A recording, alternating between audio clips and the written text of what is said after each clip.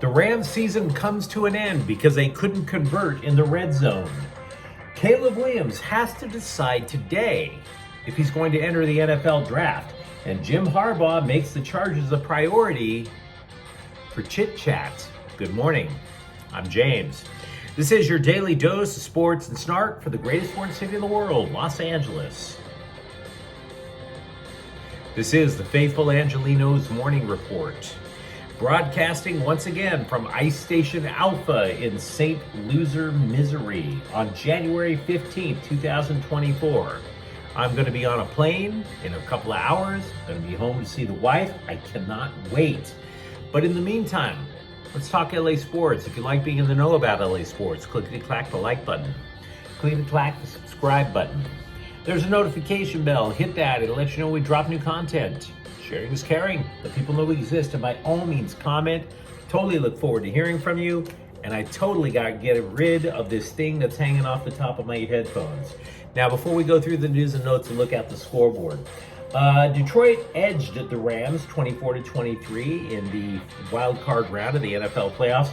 Matthew Stafford threw for 367 yards and 2 touchdowns. Just wasn't enough. We'll break down a little bit more about that game in just a moment. Also, a bad night for the Clippers. Kawhi Leonard scored 26 points, but they fall to Minnesota 109-105. Ivica Zubac missed the game. It is the first game this year that he's missed. Finally, UCLA gets off the schneid. They defeated Washington 73-61. Adam Bona took charge on the offensive side, scored 22 points.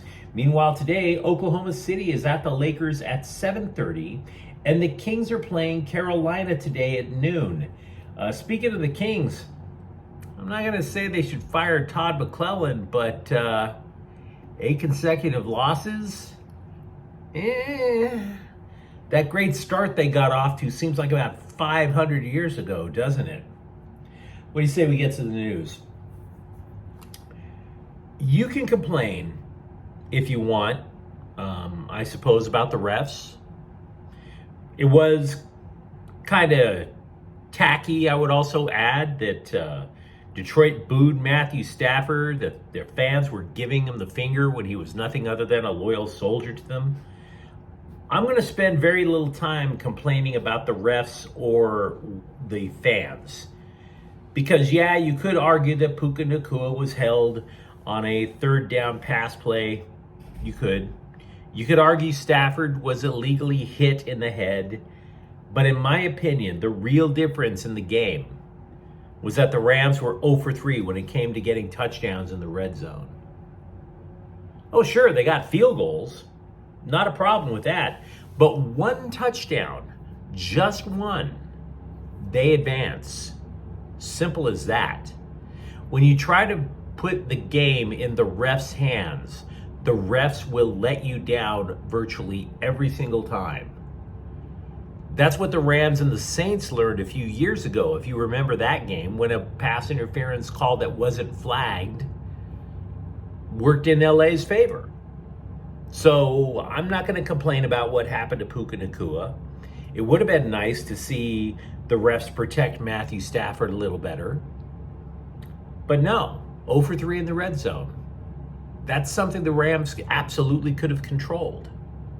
To me, that's the difference in the game. We address reality here at Faithful Angelenos. We don't just sit there and whine about calls that didn't happen. Because aside from that, the Rams pretty much got what they wanted and were frankly this close to pulling off a mild upset. We spoke at length over the last 2 days about how Detroit can't cover elite receivers well, and the Rams have 2 in Cooper Kupp and Nacua. Now, it looked to me, from my eyes, that Detroit figured they knew they couldn't stop both, so they threw everything that they had at Cooper Kupp to try to limit him. Now, Kupp caught 5 passes, but it was only for 27 yards. Meanwhile, Nacua set yet another rookie record. He had a touchdown and 181 receiving yards. He was carving them to shreds.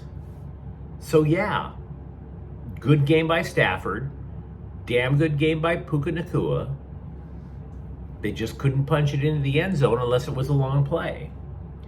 And I would say, other than that, both teams were pretty much evenly matched. I don't recall a turnover. I looked over the box. Neither quarterback threw a pick. I don't remember a fumble being recovered by the other side.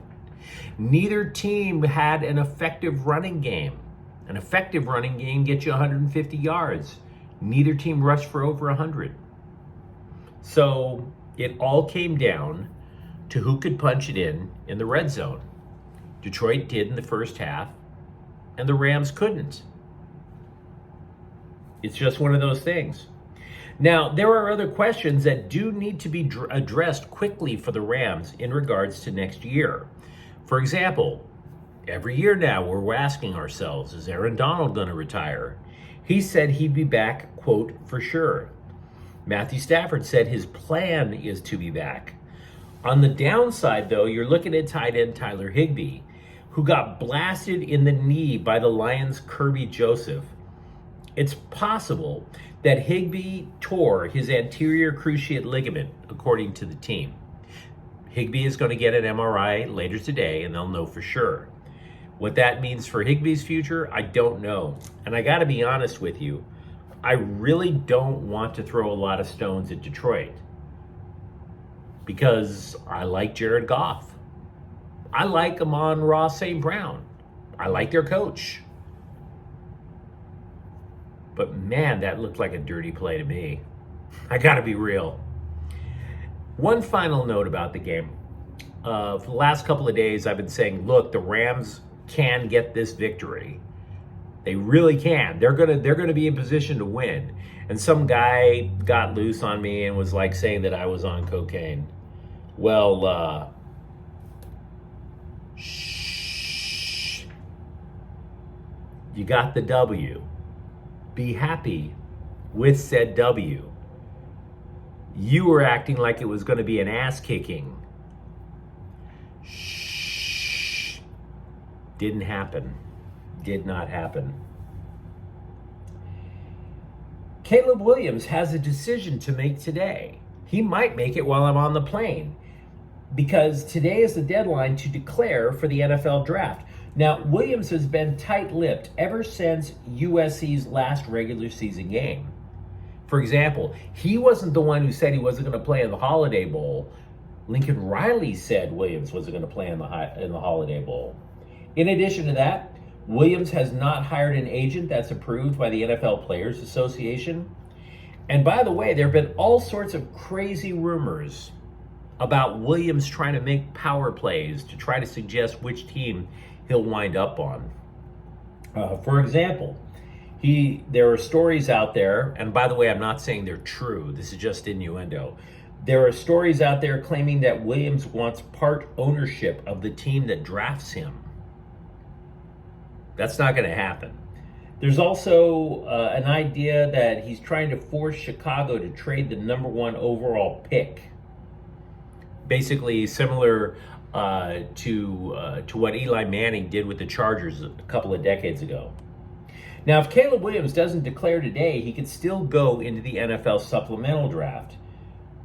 But that's highly unlikely. I think the most likely outcome is that all of this is posturing, all of this is drama, but we still have to see. We just don't know for sure. ESPN is reporting that Jim Harbaugh will make the Chargers his first NFL interview. Okay.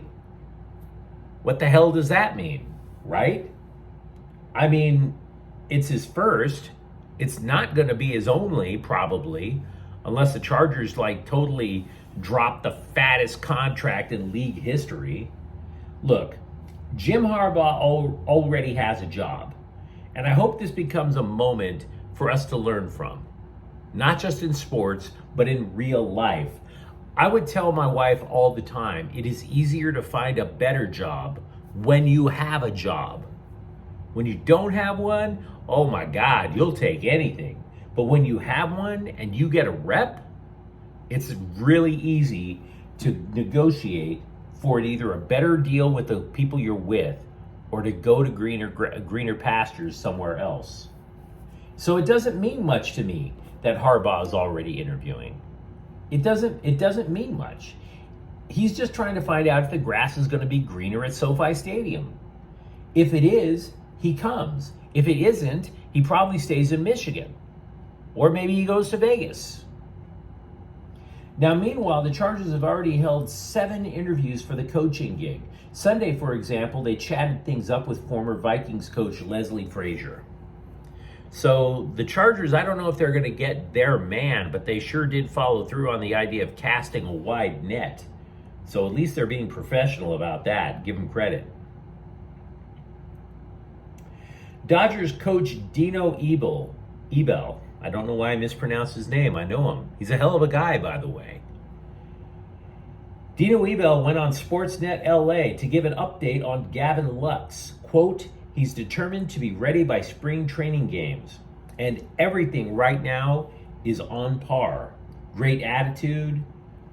He's running well. It's just a matter of time, unquote. Also with the Dodgers, I read this really interesting breakdown in the LA Times about how the Dodgers, how they rescue pitchers from the scrap heap. With the exception, of course, of Noah Syndergaard. That's a blemish. Nobody's perfect. Former pitcher Tyler Anderson said he thought it was originally going to be like the Dodgers would do, quote, something magic, unquote. Turns out it, quote, was just good, hard, quantitative work, unquote. Now, look, you read something like that and you think, gee, Tyler, thanks for telling me nothing. But there are things that the Dodgers do differently than virtually any other team out there. For example, you put the pitcher on the mound to throw a few, you will have coaches standing in the batter's box, so we can see it, behind home plate, where the catcher and the umpire would allegedly be.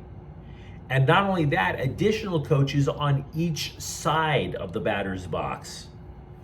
Everybody there is trying to get a better idea of what the angle, what the speed, the velocity of all these pitches are. And then what happens is they start judging. They in the analytics department, they come in, they take notes. The analytics department noticed that former Dodgers pitcher Alex Wood was a top 1%er when it came to getting 2 strikes on a guy.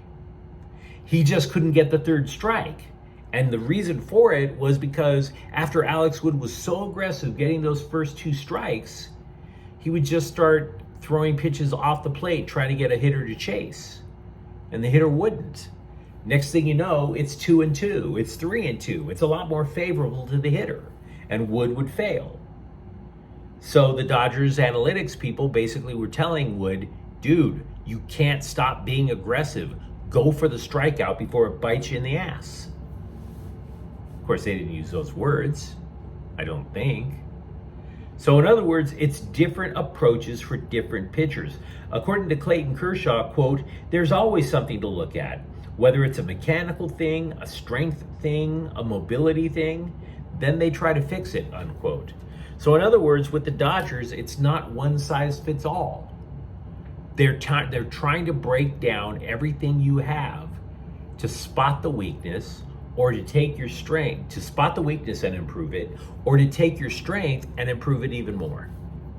There is a method to the Andrew Friedman madness. Players have reported for physicals with the LA Galaxy, but let's be real, the roster still isn't complete yet. The Athletic is reporting that the Galaxy are trying to lure winger Joseph Paintsil from KRC Genk, which is a Belgian team. The dude scored 17 times last year, and he's only 25. So that would be potentially a jaw-dropping get for the LA Galaxy as they're trying to do a rebuild. In addition to that, yes, I've seen online rumors about Carlos Vela jumping ship from LAFC to the Galaxy. Stop it, internet. Oh, the internet is undefeated. We're always hearing how the internet is undefeated. No, if the internet is trying to tell us some crap about Carlos Vela leaving LAFC, he's Mr. LAFC, I might add, and coming to the Galaxy, no, the internet definitely took the L. Let's be honest with ourselves. The NWSL draft was held 2 days ago, and I'll be damned if I can tell you anything about the 3 women that Angel City FC selected. Why are we kidding ourselves? And that's no disrespect meant to Felicia Knox, to Jessica Garziano, to Madison Curry, because I don't watch women's college soccer. I love soccer, but I'm not even going to watch men's college soccer. So you want me to sit there and tell you that I know that Angel City FC is making the next big leap with these 3 ladies? I have no idea. You tell me if you're a women's college soccer honk. But you let me know what you think in the comments thread. Talk to me about the Rams falling in the playoffs and what you think they should be doing for next season. Or for that matter, is Caleb Williams have an ulterior motive for not declaring for the draft just yet? And if you enjoyed the content, don't forget to subscribe to Faithful Angelenos. We're talking LA sports every single day here. Thank you for watching. I'm James. We'll be back tomorrow. Faithful Angelenos is a Kian Corta El Queso production. Take care.